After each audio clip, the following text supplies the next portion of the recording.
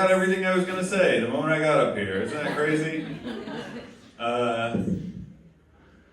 Someone died in my arms the other day at work. I mean, I'm an ICU nurse, so like, it happens. But this time was kind of different because it was this patient and I was just like, if you don't shut the fuck up. But that's why I do it, you know? It's a mercy killing, so I really like... But nursing's hard, dude. Like no one told me the nitty and the gritty. It's a lot like waiting tables, but everybody at your table is trying to die. And they're mean to you while they do it, which is, I was like, dude, come on, just die.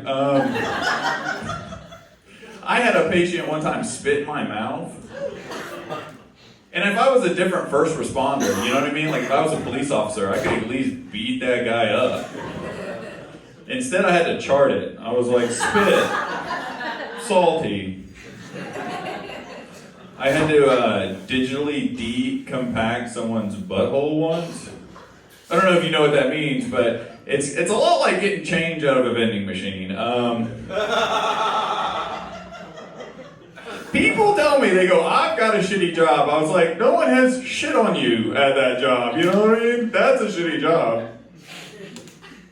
I will say this to you guys. This is a warning. If your nurse is wearing Crocs, you're going to die. Those are not shoes that keep people alive. I knew a nurse, she was wearing Crocs one day. I come in, I'm giving her a report, and she goes, oh man, this is a heavy patient load. I'm gonna need to switch these bitches into sports mode. And then she clicked down that little strap in the back, and all it did was make her kill her patients faster, you know? But I say my favorite patients are the senile ones, you know? I like to put two next to each other and watch them argue at where they're at, you know? The great thing about senile patients is I can go in their room and work on new material. And if it bombs, I just like leave and come back 5 minutes later and I'm like, all right, so let's do it a little bit different this time.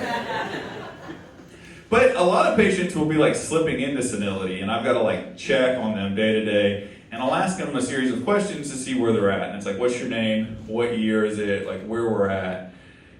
And I'll be like, wait, Mr. Johnson, do you know what year it is? And they'll be like, 1975. And I'm like, close, 2025. What do you want for breakfast? And the crazy thing is, they're always just like, scrambled eggs and bacon. I'm like, you don't have a question about where the 50 years went? Just scrambled eggs and bacon. Got it, buddy. I will say, a lot of times I'll be like, they won't know the year, but I'll be like, you know who the president is? And I always get, an asshole. I'm like, I don't know which one you think it is. It could be literally tons of them. But I will say, it kind of scares me. Like, I'm worried that, like, one day I might be senile. Like, I could be in an old folks' home right now, just, like, working on material, and, like, the nurses are like, he's getting pretty good, but it is bedtime, Mr. Worthington. But I think my strategy is I'm going to try to stay as healthy as possible. So if I'm senile, I'm difficult to catch, you know? They'd be like, Jesus, who left Grandpa in sneakers? He runs a 6-minute mile. I did take a lot of hallucinogens as a kid, and I think that prepared me to not know where I am or what's going on, you know? I think that's a strong strategy for it.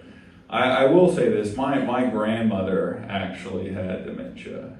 And as she got older and older, she would forget more and more things. But the one thing she never forgot was to be a bitch, dude. This lady's so like, I was like, can you just forget that you don't like any of us? Forget that part. Remember the love that you never had, Grandma.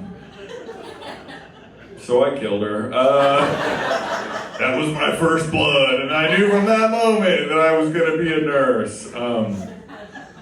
Thank you guys for letting me be up here. I do want to say one thing. I have a podcast called Rotisserie Chicken Pod with my new wife that I married a week ago. And I would love it, thank you, if you guys would go on Spotify, Apple Podcasts, or iHeartRadio and check out Rotisserie Chicken Pod. So you guys have a good night. Thank y'all so much.